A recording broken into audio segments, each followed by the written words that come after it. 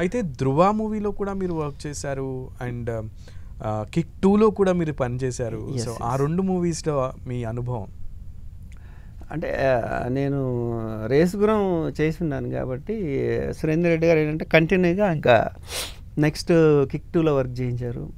ఆ తర్వాత ధృవాలో చేయించారు.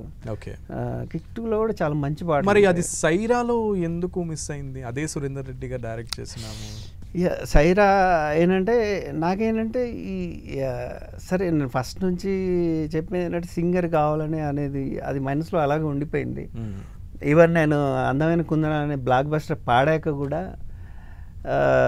నాకు అంత గుర్తింపు రాలేదు, సింగింగ్ అవకాశాలు రాలేదు నాకు. అదే సో నాకు సింగ్ ఇప్పుడు ఈవెన్ రేస్ గుర్రంలో కూడా సినిమా చూపిస్తే నేను నా ట్రాక్ మీదే చేశారంతా, అది అందరికీ నచ్చింది. బట్ అది కొన్ని ఉంటాయి కదా రాజకీయాలు, దానివల్ల వేరే సింగర్తో పాడించారు. అది సింగింగ్ అనేది నా మనసులోంచి పోవట్లేదు.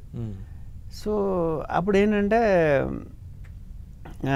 సురేందర్ రెడ్డి గారు ఏమన్నారంటే కిక్ 2కి నన్ను మ్యూజిక్ చేయమన్నారు ఫస్ట్. రేస్ గుర్రంలో మంచి కంపోజిషన్ చేసావు, నువ్వు ఈ సినిమా చేయని. సేమ్ టైం రవితేజ గారికి కూడా నేను కంపోజ్ చేస్తానని తెలుసు. పవర్ సినిమాలో 2 పాటలు చేశాను. ఓకే, సో ఆయనకు కూడా బాగా ఇంప్రెషన్ పడింది.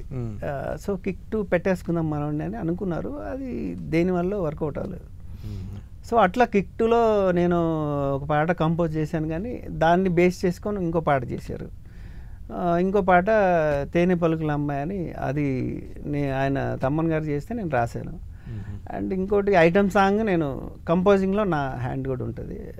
సో అట్లా ఆయనతో జర్నీ ఇంకా నాకేంటంటే ఆయన ఏదో ఒక రోజు నాకు అవకాశం ఇస్తాడు. సో సైరాలో ఆ ఒక పంతం పట్టుదలే మిస్ చేసింది. అవకాశం అట్లా ఏం లేదు, అవకాశం ఇస్తున్నారు. సో ధృవ కూడా మా కాంబినేషన్లో హిట్ పాటలు వచ్చాయి, పరేషాన్ అని, ఇంకా బ్యాక్గ్రౌండ్ సాంగ్. ఆయన సైరాకు కూడా ముందు చెప్పారు నాకు, సైరాకు కూడా వర్క్ చేస్తున్నావు నువ్వు అని నాకు కథ కూడా చెప్పారు. సో ఆ సైరా స్టార్ట్ అవ్వడానికి ఇంకా టైం ఉంది. యాక్చువల్గా మనకి ఇప్పుడు పెద్ద సినిమాలు ఏంటంటే అనుకున్న టైంలో స్టార్ట్ అవ్వదు. సో ఈలోగా నాకు మార్షల్ అనే ఒక సినిమా వచ్చింది, శ్రీకాంత్ గారు ఆయన విలన్గా చేసిన సినిమా. ఆ టైంలో ఏమంటే నేను సరే ఈ సినిమా నేను మ్యూజిక్ చేసా, మ్యూజిక్ డైరెక్టర్గా నేను అనుకుని పాడొచ్చు పాటలు, మ్యూజిక్ డైరెక్టర్కి చేయొచ్చు. సో నేను ఈ సైరా స్టార్ట్ అయ్యేసరికి ఇది చేసేయచ్చులే అనుకున్నాను. మన బ్యాడ్ టైం ఏంటంటే ఈ మార్షల్ సినిమా కొంచెం డబ్బుల వల్ల అది లేట్ అయింది. కరెక్ట్గా సైరా అవకాశం వచ్చేసరికి ఇది పీక్లో ఉంది, దీనికి పాటలు కావాలని కూర్చున్నారనమాట. సో అప్పుడు వెళ్ళి నేను సురేందర్ రెడ్డి గారికి చెప్పాను, సార్ 2 చేయలేకపోతున్నాను, ఇట్లా ఉంది, నేను అంటే కష్టంగా ఉంది సార్ అంటే, సరే నువ్వు ఆ సినిమా చేసుకో, నువ్వు మ్యూజిక్ డైరెక్టర్ కదా, అది అయ్యాక ఏమైనా అవకాశం ఉంటే చూద్దాంలే అన్నారు. సో అట్లా సైరా మిస్ అయిపోయింది.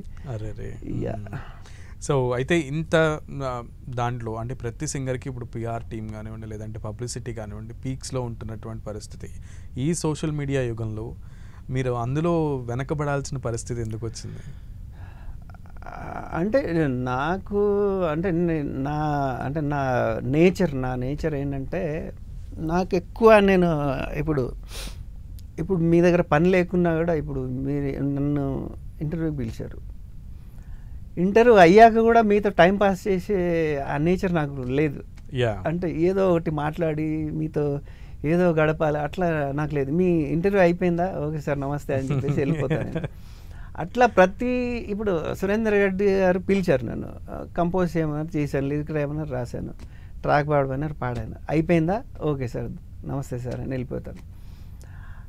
అట్లా ఇప్పుడు సంపంగి చేసినప్పుడు ఏంటంటే సోషల్ మీడియా లేదు, అసలు ఫోన్స్ కూడా లేవు. ఒకవేళ నేను సంపంగి ఇప్పుడు పాడుంటే నేను ఎప్పుడో స్టార్ సింగర్ని. ఇప్పటికీ కూడా సాంగ్ కి అంతే ప్లెజెంట్ మైండ్ ఇస్తూ ఉంటారు, ఫీల్ ఇస్తూ ఉంటారు, కానీ ఆ సింగర్ ని గుర్తించడంలో బట్ ఏంటంటే తెలియదు నేను పాడానని. సో అట్లా